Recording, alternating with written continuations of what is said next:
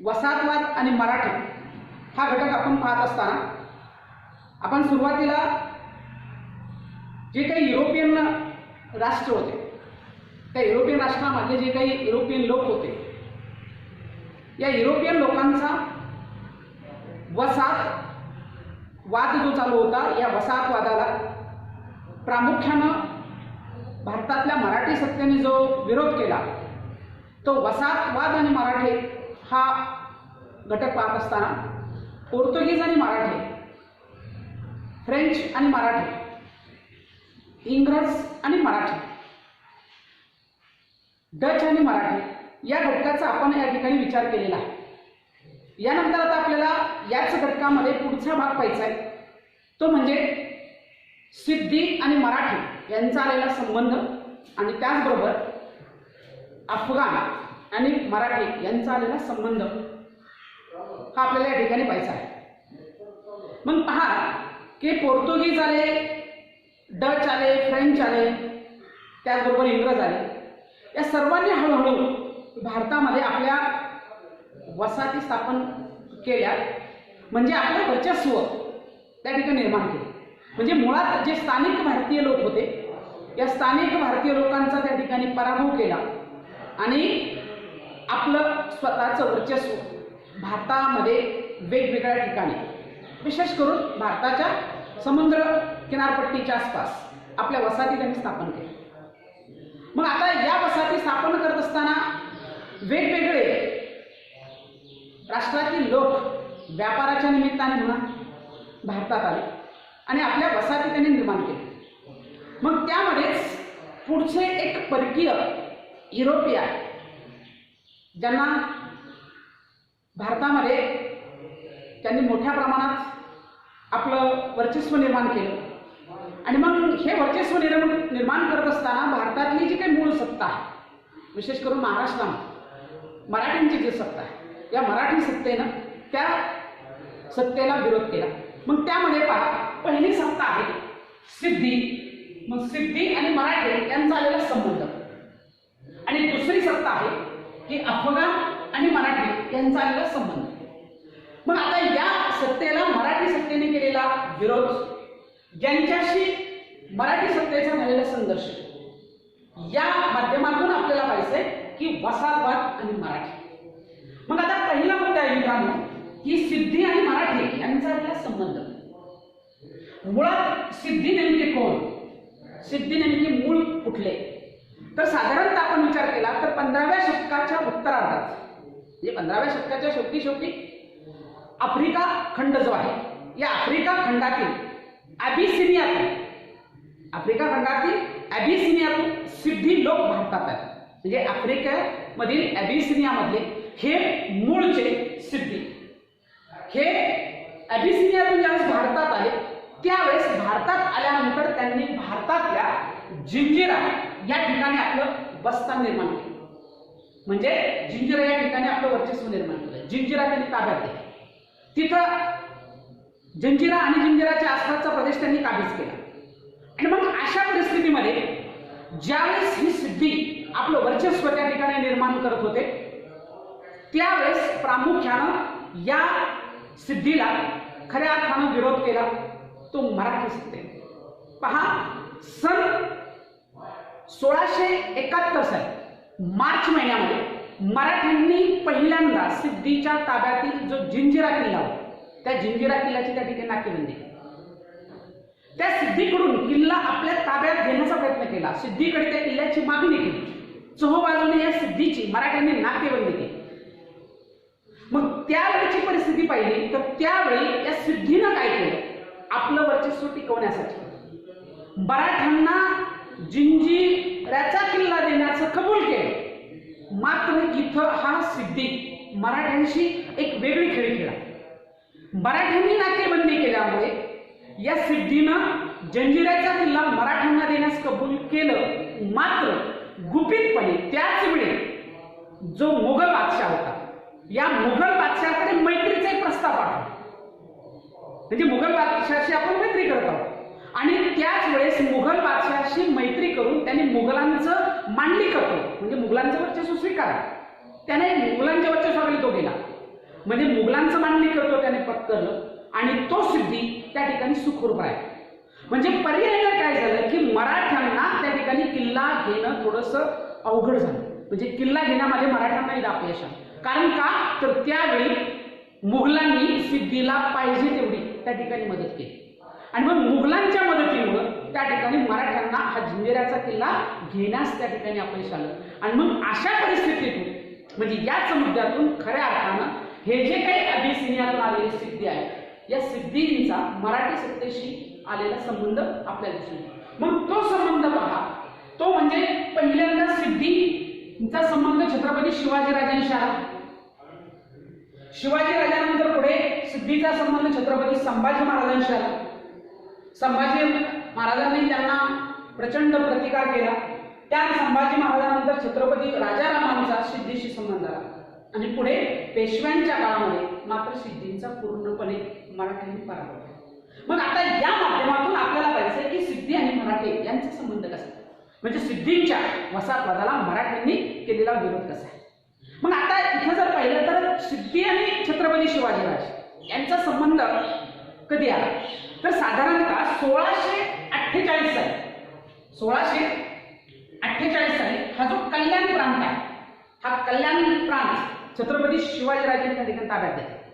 मग या कल्याण प्रांतामध्ये तळे, घोसळे आणि रायरी किल्ले हा सगळा प्रदेश त्या रायरी किल्ले म्हणजे डोंगरी किल्ले त्या ठिकाणी स्वतःच्या ताब्यात घेतले. ज्यावेळेस कल्याण प्रांतातील हा प्रदेश छत्रपती शिवरायांनी त्या ठिकाणी ताब्यात घेतला त्यावेळेस मात्र सिद्धीला धोक्याची जाणीव की उद्याच्या काळात छत्रपती शिवाजी महाराजांचं वर्चस्व आणि त्यांचा पराक्रम यामुळे आपल्याला त्या ठिकाणी धोका होऊ शकतो, आपला पराभव होऊ शकतो, ही जाणीव या सिद्धीला त्या ठिकाणी. म्हणजेच इथं पहिल्यांदा त्या ठिकाणी संबंध आला. मग आता दुसरी गोष्ट आपण त्या ठिकाणी ज्यावेळेस या सिद्धीला या धोक्याची जाणीव झाली त्याच वेळेस पहा की सिद्धी आणि इंग्रज हे जी दोन परकीय सत्ता होत्या हे दोघे काय एकमेकांना मराठे आणि मराठ्यांचे जे शत्रू आहेत या शत्रू विरुद्ध एकमेकाला मदत करत. म्हणजे सिद्धीची आणि इंग्रजांचं एकमेकाशी मैत्रीचा संबंध नातं आपण म्हणू शकतो की एकमेकांना, कारण सिद्धी हा मराठ्यांचा शत्रू होता, इंग्रज हे मराठ्यांचे शत्रू होते. मग अशा परिस्थितीमध्ये हे सिद्धी आणि इंग्रज हे दोघे काय करत की मराठ्यांशी संघर्ष होऊ लागला किंवा मराठ्यांचा एखादा दुसरा शत्रू असेल तर या मराठे किंवा मराठ्यांच्या शत्रू विरुद्ध सिद्धी आणि इंग्रज हे एकमेकांना त्या ठिकाणी मदत करत. मग यामधून त्या ठिकाणी एकमेकांना सहकार्य करत असल्यामुळे त्यांचा मराठ्यांशी संबंध त्या ठिकाणी होता. मग त्यावेळेस या दोन्ही सत्तांना विरोध करण्यासाठी आपलं वर्चस्व वाढविण्यासाठी छत्रपती शिवाजी महाराजांनी काय केलं, सन 1679 साली दोघांनाही धडा शिकवण्याचं ठरवलं. इंग्रजांना आणि सिद्धींना या दोघांनाही त्या ठिकाणी धडा शिकवला पाहिजे. म्हणून छत्रपती शिवरायांनी 1679 साली खांदेरी या ठिकाणी जे बेट आहे या खांदेरी बेटावर एका किल्ल्याचं बांधकाम सुरू केलं. अलिबागजवळ असणारं ते खांदेरी बेट या बेटावर छत्रपती शिवरायांनी किल्ल्याचं बांधकाम सुरू केलं. त्यावेळेस या किल्ल्याचं बांधकाम छत्रपती शिवाजी महाराजांचे सहकारी मायनाथ भंडारी यांच्या नेतृत्वाखाली या खांदेरी या ठिकाणच्या किल्ल्याचं बांधकाम सुरू झालं. या मायनाथ भंडारी यांच्या मदतीला त्या ठिकाणी छत्रपती शिवाजी महाराजांचा आरमार प्रमुख दौलत खान हा सुद्धा होता. मग ज्यावेळेस या शिवाजी राजांनी खांदेरी बेटावर त्या ठिकाणी किल्ल्याचं बांधकाम सुरू केलं, मायनाथ भंडारी यांच्या नेतृत्वाखाली बांधकाम सुरू झालं. वेळोवेळी त्यांच्या मदतीसाठी दौलत खान त्या ठिकाणी होता. परंतु मग या ठिकाणी शिवाजी महाराजांचं हे सुरू झालेलं किल्ल्याचं जे बांधकाम आहे हे बांधकाम बंद पाडण्याचा प्रयत्न इंग्रजांनी केला. हे बांधकाम त्या ठिकाणी बंद करण्यासाठी किंवा बंद पाडण्यासाठी मराठ्यांची रसद बंद करण्यासाठी एक इंग्रज अधिकारी त्या ठिकाणी आला. त्या इंग्रज अधिकाऱ्याचं नाव आहे ह्युजेस नावाचा इंग्रज अधिकारी तिथं आला. त्या ह्युजेसने काय केलं, या खांदेरी बेटावर सुरू असलेल्या किल्ल्याचं बांधकाम बंद पाडण्याचा प्रयत्न केला. इंग्रजांनी त्या ठिकाणी रसद बंद करण्याचा प्रयत्न केला. यामुळे इंग्रजांचा सुद्धा इथं छत्रपती शिवाजी महाराजांशी संबंध आला. म्हणून काय झालं तर हा मायनाथ भंडारी आणि दौलत खान मराठ्यांचे आरमार या दोघांनी काय केलं, इंग्रजांना तीव्र प्रतिकार केला, कारण इंग्रजांनीच हे बांधकाम बंद करण्याचा प्रयत्न केला, मराठ्यांची रसद बंद करण्याचा प्रयत्न केला. म्हणून मायना भंडारी आणि दौलत खान यांनी या इंग्रजांना त्या ठिकाणी तीव्र प्रतिकार केला. यावेळेस इंग्रजांनी काय केलंय, इंग्रजांनी मराठ्यांचा बंदोबस्त करण्यासाठी इंग्रजांनी आपली गलबत पाठवली. या मायनाक भंडारी आणि दौलत खानाने इंग्रजांना ज्यावेळेस तीव्र प्रतिकार केला त्यावेळेस इंग्रजांची गलबत आणि त्या गलबतावर असणारी जी इंग्रज अधिकारी होते यांना मराठ्यांनी कैद केले. मात्र त्या ठिकाणी इंग्रजांनी मुंबईवरून एक मोठं जहाज आणि 7 गलबत त्या ठिकाणी मराठ्यांचा प्रतिकार करण्यासाठी पाठवले. त्यावेळेस मराठ्यांची त्या समुद्र किनारपट्टीवरती जवळजवळ 40 ते 50 त्या ठिकाणी गलबत होती. या 40 ते 50 गलबतांनी इंग्रजांचं आलेले हे मोठं जहाज, त्याच्यामध्ये असणारं लष्कर आणि त्याचबरोबर आलेली 7 गलबत याचा प्रतिकार केला, यांना टक्कर दिली. आणि त्याच वेळेस सन 1680 मध्ये मराठ्यांनी खानदेशच्या प्रदेशातून त्या ठिकाणी इंग्रजांना माघार घ्यायला भाग पाडले. म्हणजे तिथं इंग्रजांशी कडवा प्रतिकार मराठ्यांनी केला आणि पर्यायानं त्या ठिकाणी तिथं इंग्रजांना मराठ्यांसमोर माघार घेऊन. म्हणजे सन 1680 मध्ये हे जे काही इंग्रज होते जे सिद्धींना मदत करत होते, मग सिद्धींना मदत करत असतानाच तिथं मराठ्यांचा म्हणजे छत्रपती शिवाजी महाराजांचा या इंग्रजांशी संबंध आला, सिद्धीशी संबंध आला आणि पर्यायाने मराठ्यांनी या इंग्रज आणि सिद्धी समोर केलेला तीव्र प्रतिकार यामुळं इंग्रजांना इथं माघार घ्यायला. म्हणजे इथंच छत्रपती शिवाजीराजे आणि सिद्धी यांचा त्या ठिकाणी संबंध आलेला दिसून येतो. म्हणजे पहिला मुद्दा आपण सांगू शकतो की जे अभिसिनियातून आलेले सिद्धी आहेत यांचा छत्रपती शिवाजीराजांशी प्रामुख्यानं कल्याण प्रांत आणि त्याचबरोबर खांदेरी या ठिकाणी सुरू असलेलं किल्ल्याचं बांधकाम या 2 घटकातून या सिद्धीशी संबंध आलेला दिसून येतो. मग छत्रपती शिवाजी महाराजांनंतर पुढे छत्रपती संभाजीराजे आणि सिद्धी यांचा सुद्धा संबंध आलेला दिसून येतो. मग इथं या सिद्धीच्या वसाहतवादात छत्रपती संभाजीराजांनी सुद्धा मोठ्या प्रमाणात तीव्र प्रतिकार केला. सिद्धी आणि मराठी यांचा जो संबंध आला संभाजीराजांच्या काळात, त्यावेळेस हा जो सिद्धी होता हा सिद्धी मराठे आणि मराठ्यांचं जे स्वराज्य होतं या स्वराज्याला मोठा त्रास देत होता, मोठा उपद्रव निर्माण करत होता. मराठ्यांशी आणि स्वराज्याशी वेळोवेळी संघर्ष करत होता. त्यावेळेस छत्रपती संभाजीराजांनी या सिद्धीला धडा शिकवण्याचं त्या ठिकाणी ठरवलं. सिद्धीला धडा शिकवण्यासाठी, सिद्धीला पराभूत करण्यासाठी छत्रपती संभाजीराजांनी त्या ठिकाणी मोहीम हाती घेतली. त्यावेळेस छत्रपती संभाजीराजांनी सिद्धीच्या ताब्यातील जंजिऱ्याच्या आसपासचा जो प्रदेश होता तो प्रदेश म्हणजे पहा की उंदेरी, आपटे, नाणेठाण, जंजिरा हा जो प्रदेश होता म्हणजे जंजिरा किल्ला आणि जंजिऱ्याच्या आसपासचा हा सगळा प्रदेश उंदेरी, आपटे, नाणेठाण हा जो प्रदेश आहे, मग या प्रदेशावर छत्रपती संभाजीराजे या प्रदेशात सिद्धीला तीव्र प्रतिकार केला, सिद्धीशी त्या ठिकाणी संघर्ष सुरू केला.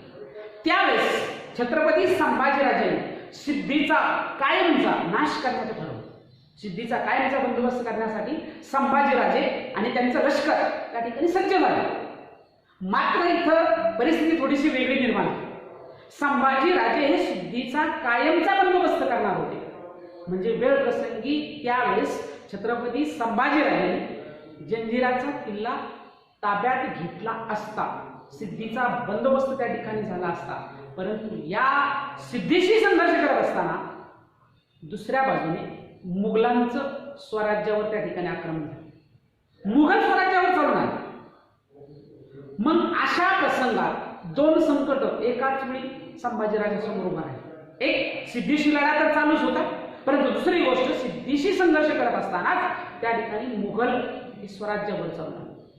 अशा परिस्थितीमध्ये एकाच वेळी 2 शत्रूंशी संघर्ष करणं किंवा एकाच वेळी 2 शत्रूला त्या ठिकाणी सामोरं जाणं हे मराठ्यांच्या दृष्टिकोनातून शहाणपणाचं त्या ठिकाणी ठरणार नाही. म्हणून छत्रपती संभाजीराजे सिद्धीशी सुरू असलेला लढा, सिद्धीचा बंदोबस्त करण्याची हाती घेतलेली मोहीम थोडीशी थांबवली. म्हणजेच थोडक्यात सिद्धीशी संघर्ष करण्याचं संभाजीराजांनी त्या ठिकाणी सोडलं आणि ते मोगलांच्या समोर गेले. मोगलांना त्या ठिकाणी प्रतिकार केला, कारण उद्याच्या काळात मोगल सुद्धा स्वराज्याला मोठी त्या ठिकाणी हानी पोहोचू शकत होते. आणि म्हणूनच या सिद्धीशी छत्रपती संभाजीराजांनी जो लढा सुरू केला तो थांबवला आणि छत्रपती संभाजीराजे हे मोगलांना त्या ठिकाणी सामोरे गेले. म्हणजे इथं थोडासा सिद्धी मोकळा झाला. सिद्धींचा प्रतिकार त्या ठिकाणी करणं म्हणजे सिद्धी जिंजिऱ्यावरील आहे तसाच त्या ठिकाणी आहे. जिंजिऱ्याच्या आसपासच्या प्रदेशात त्याचं वर्चस्व कायम नाही. मग या माध्यमातून मराठ्यांचा सिद्धीशी संबंध आलेला दिसून येतो.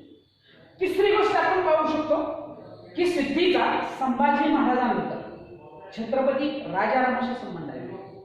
म्हणजे छत्रपती संभाजी महाराजांच्या मृत्यूनंतर हिंदवी स्वराज्याचं म्हणजे स्वराज्याचं नेतृत्व छत्रपती राजाराम यांनी त्या ठिकाणी स्वीकारलं. मग छत्रपती संभाजीनंतर राजाराम आणि राजारामांची पत्नी महाराणी ताराबाई, मग या दोघांनी मोठ्या प्रमाणात स्वराज्याचं म्हणजे मराठी सत्तेचं संरक्षण केलं. परंतु छत्रपती राजाराम आणि त्यांची पत्नी महाराणी ताराबाई यांना त्या ठिकाणी स्वराज्याचं रक्षण करण्यासाठी सर्व शक्ती ही मोगल बादशाह औरंगजेबाच्या विरोधात खर्च करावी. म्हणजे त्यावेळेस औरंगजेब स्वराज्यावर चालून आलेला होता. मग अशा परिस्थितीमध्ये औरंगजेबापासून म्हणजे मुघलांपासून स्वराज्याचं संरक्षण करणं हे छत्रपती राजारामाच्या दृष्टीनं अत्यंत महत्त्वाचं होतं.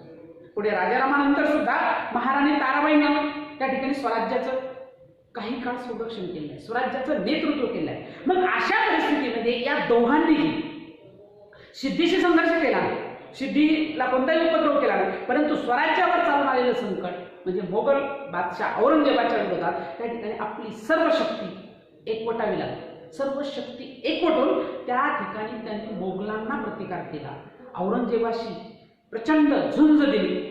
या परिस्थितीमध्ये छत्रपती राजाराम आणि महाराणी ताराबाई यांना पाश्चात्य शत्रूकडे त्यांचं दुर्लक्ष झालं.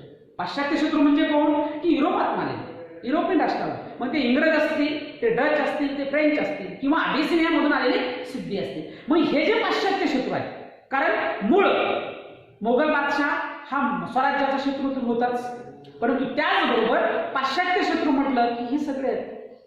आणि मग यामुळे त्यांना मोगलांशी जास्त प्रतिकार करण्यासाठी वेळ द्यावा लागला. पर्यायानं इथं राजाराम महाराजांचा आणि सिद्धीचा फारसा संबंध आला नाही.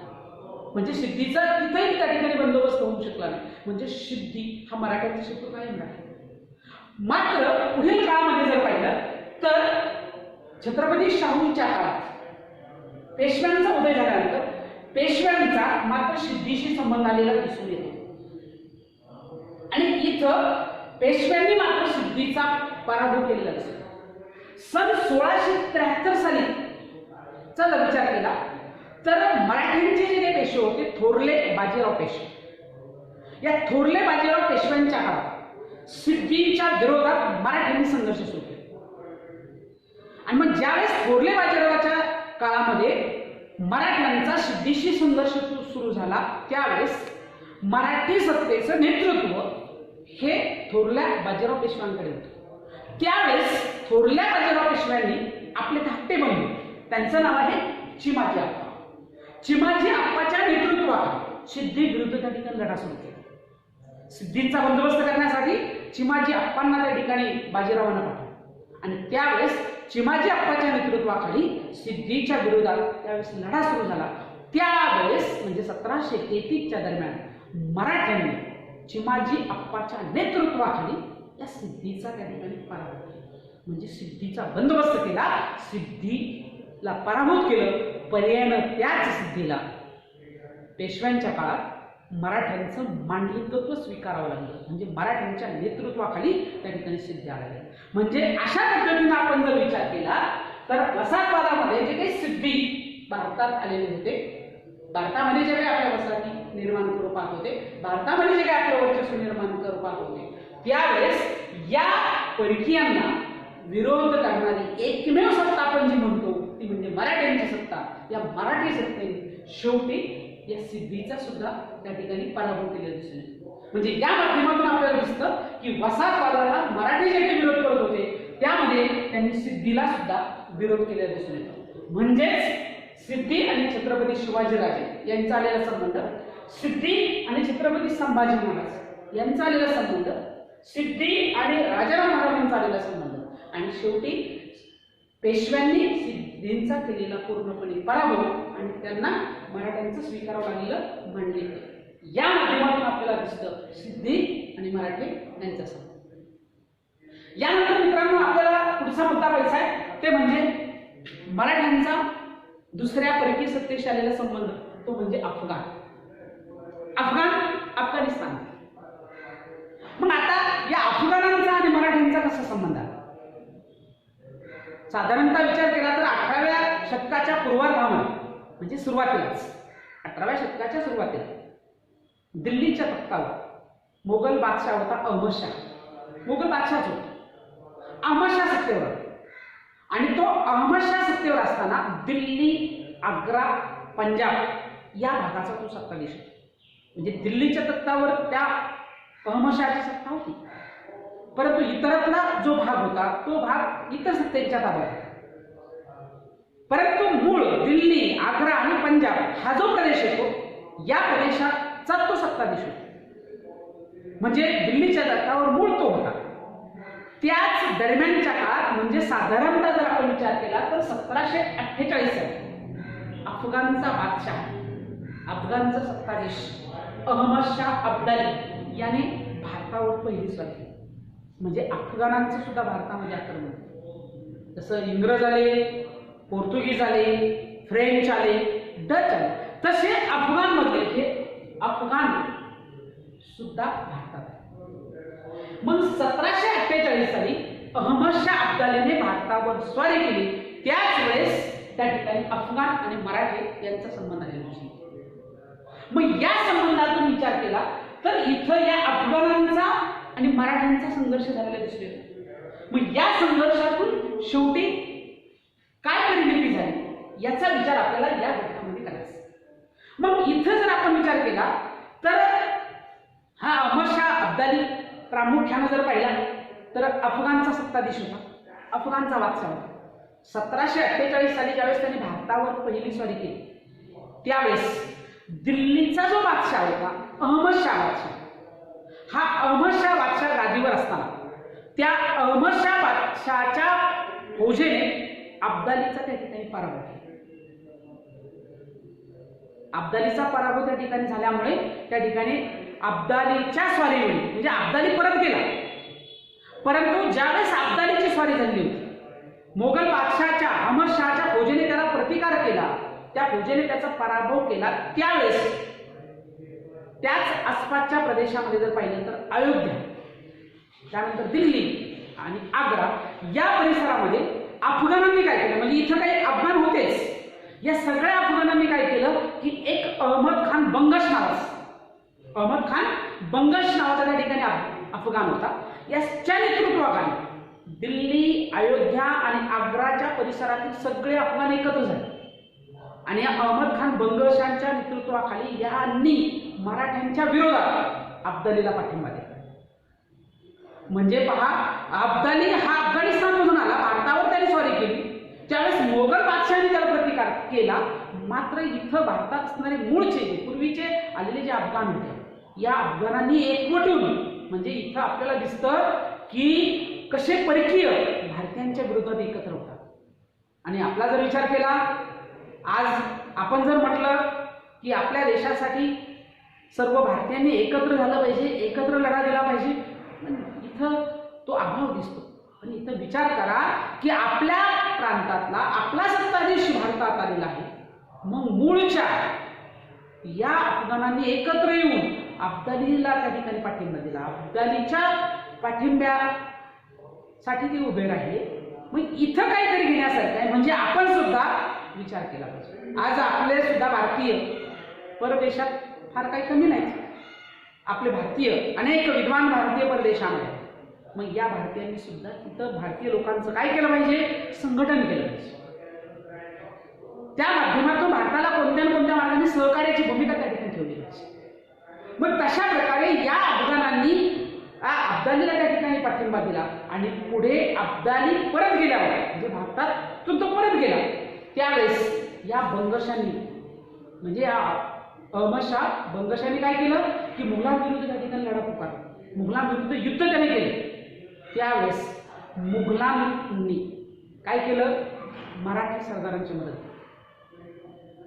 त्या ठिकाणी असणारे मराठीचे 2 सरदार, एक शिंदे आणि होळकर, आणि दौलतराव शिंदे आणि यशवंतराव होळकर, या 2 सरदारांची मदत घेऊन त्यांनी अहमद शाह बंगशाच्या नेतृत्वाखाली अफगाणांचा त्या ठिकाणी पराभव केला. मग अशा परिस्थितीमध्ये जो काही हा अफगाण आणि मराठ्यांचा संबंध आला, मग इथं मात्र पहिल्यांदा मराठ्यांनी अफगाणांपासून मोगल बादशाहाचं संरक्षण केलं. म्हणून त्या ठिकाणी या मोगल बादशाहाने म्हणजे मुघलांनी काय केलं, आपल्या संरक्षणासाठी मराठ्यांशी एक करार केला. 1752 साली मुघल आणि मराठे यांच्यामध्ये एक करार झाला. 1752 साली या करारानुसार या 2 सत्तेमध्ये काही अटी ठरली. मग या मुघल आणि मराठा यांच्यामध्ये झालेल्या करारामध्ये जर पाहिलं तर पहा की उत्तर भारताचं म्हणजे विशेषतः उत्तर भारत जो आहे म्हणजे दिल्ली, आग्रा, पंजाबचा जो प्रदेश आहे, मग त्या उत्तर भारताचं म्हणजेच विशेषतः जर पाहिलं तर उत्तर भारतात मोगलांच्या ताब्यातील जो काही प्रदेश आहे त्या प्रदेशाचं संरक्षण करण्याची जबाबदारी या कराराने मुघलांनी मराठ्यावर दिली. म्हणजे मोगलांच्या ताब्यामध्ये जो काही उत्तर भारताचा जो काही प्रदेश आहे त्या प्रदेशाचं संरक्षण करण्याची जबाबदारी पर्यायाने कोणाकडे आली, मराठीकडे. ती मुघलांनी दिली. म्हणजेच इथं मराठ्यांचं कर्तृत्व, वर्चस्व सिद्ध होतं. कारण मोगल बादशाह हा भारताचा बादशाह, पण तो कोणाच्या वर्चस्वाखाली आला, मराठ्यांच्या वर्चस्वाखाली. म्हणजे त्याच्या प्रदेशाची संरक्षणाची जबाबदारी कोणावर आली, मराठ्यांनी स्वीकारली. पर्यायानं त्या ठिकाणी या बदल्यामध्ये मग या प्रदेशाचं संरक्षण मराठ्यांनी करायचं.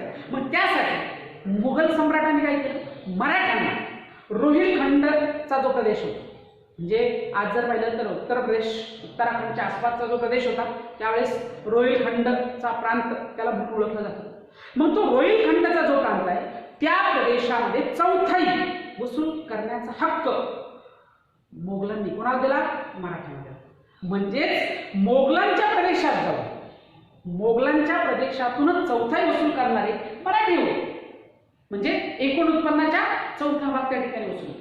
म्हणजेच इथं या कराराने त्यांच्या प्रदेशाचं संरक्षण करायचं, बदल्यामध्ये काय करायचं, रोहिलखंडच्या प्रांतामधून मराठ्यांनी त्या ठिकाणी 4थाई वसूल करण्याचा हक्क प्राप्त केला.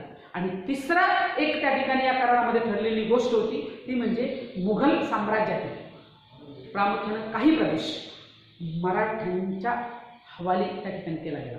म्हणजे मुघल प्रामुख्याने मुघलांचा प्रदेश होता, मुघलांच्या वर्चस्वाखाली, परंतु त्यातला काही प्रदेश या मुघल बादशाहाने मराठ्यांच्या त्या ठिकाणी हवाली केला.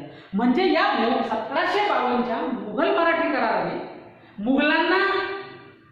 मुघलांकडून मराठ्यांना 4थाईचा हक्क तर मिळालाच, परंतु त्याबरोबर काही प्रदेश आपल्या वर्चस्वाखाली त्या ठिकाणी आणला. म्हणजे पर्यायानं इथं मराठ्यांनी उत्तर भारतामध्ये आपलं वर्चस्व त्या ठिकाणी निर्माण केलेलं दिसून येतं. आणि याच कराराच्या परिणितीमुळे त्या ठिकाणी पुढील काळात हा अफगाणचा जो बादशाह होता अहमद शाह अब्दाली याचं मात्र भारतावर आक्रमण झालं. यानं भारतावर स्वारी करण्यास सुरुवात केली. मग या अहमद शाह अब्दालीच्या भारतावर आक्रमण किंवा स्वारीमध्ये जर पाहिजे तर यानं जवळजवळ भारतावर एकूण 4 स्वाऱ्या केलेल्या. पहा 1748 साली या अहमद शाह अब्दालीनं भारतावर पहिली स्वारी केली. भारतातून तो परत गेला. त्याच्या पुढच्याच वर्षी अहमद शाह बंगशाचा पराभव झाल्यानंतर 1749 साली या अब्दालीनं भारतावर दुसरी स्वारी केली, परंतु त्याला फारसं यश आलं नाही, तो परत गेला. त्यानंतर मात्र त्यांनी 1757 साली भारतावर तिसरी स्वारी केली. भारताच्या वर त्याने ज्यावेळेस तिसरी स्वारी केली त्यावेळेस दिल्ली आणि मथुरा प्रदेशाची त्यांनी लूट केली. दिल्लीची आणि दिल्ली शेजारी असणारा मथुराचा जो प्रदेश या प्रदेशाची त्यांनी लूट केली. हा लूट करून संपत्ती घेऊन परत अफगाणिस्तानला परत गेला. तिसऱ्या स्वारी म्हणजे त्याने भारताची संपत्ती लुटली. मात्र पुढे 1759 साली या अहमद शाह अब्दाली यानं भारतावर 4थी स्वारी केली. त्यावेळेस याच्या 4थ्या स्वारीवेळी मराठ्यांनी जी मोगल बादशाहाच्या संरक्षणाची जबाबदारी स्वीकारली होती त्या जबाबदारीच्या माध्यमातून मराठी सरदार दत्ताजी शिंदे आणि जनकोजी शिंदे या दोन मराठा सरदारांनी या अब्दालीला तीव्र प्रतिकार केला. मात्र दत्ताजी आणि जनकोजी शिंदेचा या मराठ्यांनी त्या ठिकाणी निभाव लागला. कारण का तर अब्दालीचा वेग जास्त अत्यंत वेगाने पाहिलं होता. दुसरी गोष्ट ते त्याचा पवित्र अत्यंत आक्रमक होता आणि वेग आणि पवित्र आक्रमक असल्यामुळे त्या ठिकाणी त्यानं काय केलं की यांच्या विरोधाला जुमानलं नाही. त्यानं पंजाब जिंकून घेतलं. चौथ्या स्वारीमध्ये अब्दालीनं दिल्लीजवळ पंजाबचा प्रांत म्हणजे पंजाबचा प्रदेश त्या ठिकाणी जिंकून घेतला. आणि याचीच परिणती जर काय झाली की या अब्दालीच्या बातावर एकूण झालेल्या 4 स्वाऱ्यावर तिथं मग चौथ्या स्वारीच्या दरम्यान मराठे आणि अहमद शाह अब्दाली यांच्यामध्ये काय सुरू झाला संघर्ष सुरू झाला. मग हा आपल्याला पुढचा मुद्दा पाहायचा आहे की अफगाण आणि मराठा यांचा संघर्ष कसा झाला. मग या संघर्षाची परिणती पहा पानिपतचं 3रं युद्ध त्या ठिकाणी झालेलं दिसून. मग आता इथं आपल्याला पाहिजे की अफगाण आणि मराठी यांच्यामध्ये झालेला संघर्ष या संघर्षाची परिणती पानिपतचं युद्ध आणि त्या युद्धाचे मराठी सत्तेवर आणि भारतावर झालेले परिणाम आपल्याला त्या ठिकाणी पाहिजे. मग आता पहा की इथं जर पाहिलं तर अब्दालीनं ज्यावेळेस 3री स्वारी केली त्या 3ऱ्या आक्रमणावेळी काय केलं तर त्यांनी दिल्ली आणि मथुरेच्या प्रदेशाची लूट केली. त्या आक्रमणावेळी पुण्यावरून मराठ्यांच्या फौजा रघुनाथराव पेशव्यांच्या नेतृत्वाखाली दिल्लीपर्यंत त्या ठिकाणी पोहोचले. परंतु मराठ्यांच्या फौजा पुण्यावरून दिल्लीपर्यंत जाऊपर्यंत अब्दाली परत गेलेला होता. म्हणजे लूट करून तो परत गेला. मात्र त्यावेळी मराठ्यांनी दिल्ली ताब्यात घेतली. दिल्ली ताब्यात घेतल्यानंतर दिल्लीची त्याने केली लूट तिथे झालेली हानी तिथं परिस्थिती सगळी बिघडलेली. मग अशा परिस्थितीमध्ये मराठ्यांनी दिल्ली ताब्यात घेऊन तिथली सगळी परिस्थिती पूर्ववत केली. दुसरी गोष्ट मराठ्यांनी काय केलं शीख पंजाबमधल्या शीखांशी संधान आणि मराठे आणि शीख यांनी पंजाबची मोहीम हाती घेतली आणि त्यांच्या मदतीनं सरहिंदच्या प्रांताचा पाडाव करून लाहोर पर्यंत मराठे गेले. लाहोर मराठ्यांनी ताब्यात घेतलं आणि त्याच्याही पुढे जाऊन मराठे दिल्लीच्या पुढे अटक नावाचं शहर आहे त्या शहरापर्यंत मराठी पोहोचले. म्हणजे आपण म्हणतो नेहमी ऐकतो की मराठ्यांनी आटके पार झेंडे लावले म्हणजे दिल्लीच्या पुढे मराठी गेलेले म्हणजे दिल्लीच्या पुढचा प्रदेश अटक शहरापर्यंत मराठे पोहोचले म्हणजे तिथपर्यंतचा प्रदेश मराठ्यांनी आपल्या ताब्यात घेतलेला. मग अशा परिस्थितीमध्ये मराठ्यांचा ज्यावेळेस संबंध येऊ लागला त्यावेळेस अब्दालीची 4थी स्वारी त्यावेळेस 1759 साली. त्या 4थ्या स्वारीवेळी दत्ताजी आणि जनकोजी शिंदे यांनी प्रतिकार केला. परंतु अब्दाली कसा होता आक्रमक होता. अब्दालीचं खडी फौज होती. अब्दालीकडे प्रचंड शस्त्रास्त्र होती. त्या बळावर त्यानं या 2 सरदारांच्या प्रतिकाराला विरोध करून पंजाब जिंकून घेतले. मात्र इथं या संघर्षामध्ये दत्ताजी शिंदे हे मराठ्यांचे सरदार यांना वीरमरण त्या ठिकाणी पत्करावं वीरमरण म्हणून त्या परिस्थितीमध्ये अब्दालीने दिल्लीवर आपलं वर्चस्व त्या ठिकाणी बसवण्यास सुरुवात केली. म्हणजेच अंमल बसवला म्हणजे पर्यायानं तिथं दिल्लीच्या दत्तावर म्हणजेच दिल्लीच्या प्रदेशामध्ये अफगाणांचं वर्चस्व त्या ठिकाणी निर्माण. परंतु त्याच वेळेस दिल्लीच्या दत्तावर असणाऱ्या मोगल बादशाहाच्या संरक्षणाची जबाबदारी कुणी मोगल मराठाकरांनी मराठ्यांनी घेतली. त्याची परिणती काय झाली की या मराठ्यांनी अफगाणांना प्रतिकार केला. या प्रतिकारामध्ये त्या दोन्ही उभय सत्तेमध्ये संघर्ष घडून आला आणि त्या संघर्षातून 3रं पानिपतचं युद्ध त्या ठिकाणी घडून आलं. मग आता पहा 3रं पानिपतचं युद्ध काय. प्रामुख्यानं हे 3रं पानिपतचं युद्ध अहमद शाह अब्दाली आणि मराठी किंवा अफगाण आणि मराठी मग अफगाण सत्ताधीश कोण अहमद शाह अब्दाली आणि मराठी यांच्यामध्ये 14 जानेवारी 1761 या दिवशी पानिपतच्या रणसंग्रामावर हे युद्ध झाले. दिल्लीच्या पुढे एक 80-90 किलोमीटरच्या आसपास असणारा हा प्रदेश आज जर पाहिलं तर हरियाणा राज्यामध्ये पानिपतचा त्या ठिकाणी प्रदेश येतो किंवा पानिपतचं ठिकाण येतं. मग त्या ठिकाणावर त्या ठिकाणी या दोन सत्तेमध्ये संघर्ष झाला.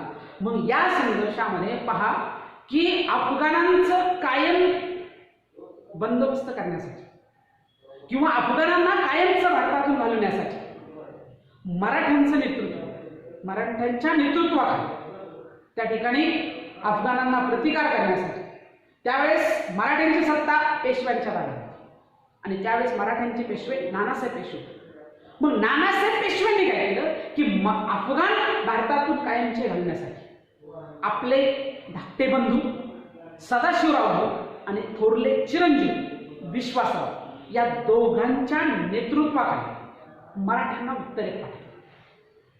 म्हणजे सदाशिवराव भाऊ आणि विश्वासराव म्हणजे सदाशिवराव भाऊ नानासाहेब पेशव्यांचे धाकटे बंधू आणि थोरले चिरंजीव नानासाहेबांचे विश्वासराव हे यांच्या नेतृत्वाखाली मराठी सैन्य उत्तरेत गेले.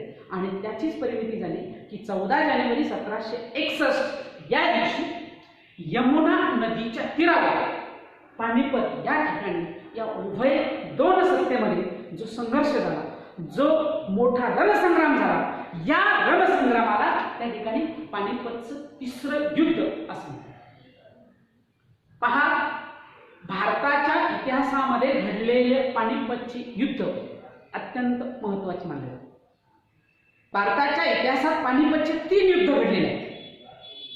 या तिन्ही युद्धाची परिणती काय झाली आहे की वेळोवेळी सत्तांतर झालेलं आहे. पहा की 21 एप्रिल 1526 या दिवशी पानिपतचं पहिलं युद्ध झालेलं आहे. ते पानिपतचं पहिलं युद्ध झालं मोगल वंशाचा मोगल संस्थापक बाबर आणि त्याच्या अगोदर असणारे सुलतान, शेवटचा सुलतान इब्राहिम लोधी. बाबर आणि इब्राहिम लोधी यांच्यामध्ये 21 एप्रिल 1556 या दिवशी पानिपतचं पहिलं युद्ध. या युद्धामध्ये बाबराने लोधीचा पराभव केला, म्हणजे सुलतानशाहीचा शेवट झाला आणि मोगलांची सत्ता सुरू झाली. हे भारताच्या इतिहासात घडलेलं पहिलं युद्ध. त्यानंतर दुसरं युद्ध 5 नोव्हेंबर 1556 या दिवशी याच रणसंग्रामावर दुसरं पानिपतचं युद्ध झालं. हे दुसरं पानिपतचं युद्ध झालं मोगल बादशाह अकबर आणि एक सरदार होता हेमू.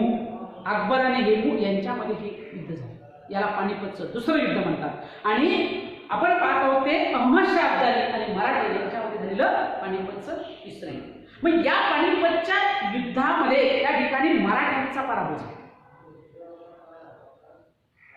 मराठ्यांचा निभाव अब्दाली समोर लागला नाही. का लागला नाही तर त्याची अनेक कारणं आहेत. की अब्दालीचा वेग फार मोठा होता, अब्दाली आक्रमक होता, अब्दालीकडे राखीव फौजेची तरतूद होती, अब्दालीकडे मोठा तोफखाना होता. मराठ्यांकडे अब्दालीच्या बरोबरीनं काही गोष्टींचा त्या ठिकाणी अभाव होता. अब्दालीकडे राखीव फौज त्या ठिकाणी आणि अब्दालीचं नेतृत्व निश्चितच मराठ्यांपेक्षा श्रेष्ठ. मग इथं मराठ्यांचं नेतृत्व करणारे सदाशिवराव भाऊ होते, विश्वासराव होते, परंतु मराठ्यांच्या लष्करामध्ये बाजारबुडक्यांचा समावेश असल्यामुळे मराठ्यांना तिथं पराभव स्वीकारला. मग यामुळे मराठ्यांचा या 14 जानेवारी 1761च्या तिसऱ्या पानिपत युद्धात जो पराभव झाला, ज्याला आपण पानिपतचं तिसरं युद्ध म्हणतो, त्या युद्धाचे मात्र परिणाम वाईट झालेले दिसून येतात. काही चांगले परिणाम दिसतात, परंतु वाईट परिणाम दिसतात.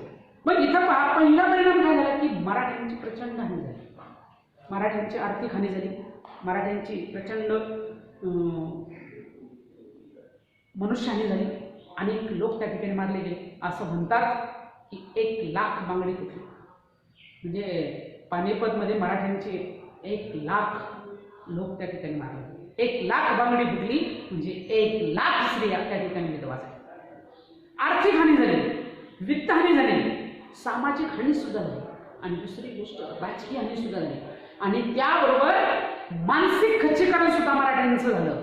म्हणजे या पानिपतच्या युद्धानंतर मराठ्यांना सावरण्यासाठी मोठा वेळ त्या ठिकाणी, म्हणजे मराठ्यांची प्रचंड हानी झाली. हा पहिला परिणाम झालेला दिसतो. दुसरी गोष्ट जर पाहिलं तर मराठ्यांचं नेतृत्व करणारे जे पेशवे होते सदाशिवराव आणि विश्वासराव, हे 2 पेशवे त्या ठिकाणी मारले. पेशव्यांचे वारसदार नानासाहेबांचे बंधू सदाशिवराव आणि चिरंजीव विश्वासराव त्या ठिकाणी मारले गेले. म्हणजे इथं हा सुद्धा परिणाम झाला. त्यानंतर तिसरा परिणाम सांगता येईल की मराठ्यांकडून कडवा प्रतिकार त्या ठिकाणी अफगाणांना झाला. परंतु मराठे किती संघर्ष करू शकतात, मराठ्यांचा किती मोठा कडवा प्रतिकार होता याची जाणीव अफगाणांना यामध्ये त्या ठिकाणी झालेली दिसून येते. कारण जरी अफगाणांनी इथं मराठ्यांचा पराभव केलेला असला, परंतु मराठ्यांनी त्यांना केलेला जो कडवा प्रतिकार, या कडव्या प्रतिकाराची जाणीव अफगाणांना झाली. म्हणून पुढील काळात अफगाणांच्या म्हणजे अब्दालीच्या कोणत्याच वारसदारांनी भारतावर आक्रमण करण्याची हिंमत केली नाही. कारण एवढा कडवा प्रतिकार मराठ्यांनी त्या ठिकाणी अफगाणिस्तानसमोर केलेला, अफगाणांसमोर त्या ठिकाणी केला. म्हणजे इथं सांगायचं झालं तर पहा की जगाला सुद्धा मराठ्यांनी दाखवून दिलेलं होतं की अख्ख्या जगाला मराठ्यांच्या शौर्याची जाणीव झाली. कारण एवढा संघर्ष पानिपतच्या युद्धामध्ये मराठ्यांनी त्या ठिकाणी केलेला होता. म्हणजे ही हा एक परिणाम झाला. आणि त्याबरोबर एक महत्वाची गोष्ट जर सांगायची झाली तर जे भारतीय होते म्हणजे जे मराठी लढत होते, म्हणजेच भारतीयांसाठी भारत ही व्यापक भूमिका घेऊन मराठी पानिपतवर लढले. काय म्हणजे भारतातले जे लोक आहेत म्हणजे भारतीयांसाठी भारत पाहिजे, भारतीयांसाठी भारत ही जी भूमिका, या भूमिकेतून पानिपतच्या रणसंग्रामावर मराठे अफगाणांशी त्या ठिकाणी संघर्ष करत होते. आणि याच परिणामामुळे त्या ठिकाणी या पानिपतच्या युद्धात मात्र इथं मराठ्यांचा पराभव झालेला दिसून येतो. म्हणजे इथं आपण विचार केला तर या पानिपत युद्धाचे हे झालेले परिणाम दिसतात. म्हणजे मराठ्यांची प्रचंड हानी झाली, पेशवे सदाशिवराव आणि विश्वासरावाचा त्या ठिकाणी मारले गेले. त्याचबरोबर मराठ्यांच्या कडव्या प्रतिकाराची जाणीव मात्र अफगाणांना झाली आणि भारतीयांसाठी भारत व्यापक भूमिका त्या ठिकाणी घेऊन मराठी लढली. एवढा मोठं शौर्य मराठ्यांनी या युद्धामध्ये त्या ठिकाणी गाजवलं. या मराठ्यांच्या शौर्याची, मराठी किती शूर आहे, पराक्रमी आहे, याची जाणीव अख्ख्या जगाला सुद्धा त्या ठिकाणी झालेली दिसून येते. आणि म्हणून या पानिपत युद्धाचे ते परिणाम सांगायला दिसले. म्हणजे थोडक्यात पहा, एक गोष्ट आपल्याला सांगता येईल की ज्यावेळेस 14 जानेवारी 1761 या दिवशी पानिपतचं तिसरं युद्ध सुरू झालं आणि 24 जानेवारी 1761 या दिवशी मराठी पराभूत झाले. 24 जानेवारी 1761 या दिवशी पानिपतच्या रणसंग्रामाचा एक निरोप, सांकेतिक निरोप त्या ठिकाणी पुण्यामध्ये येऊन धडकला. तो सांकेतिक निरोप काय होता पहा.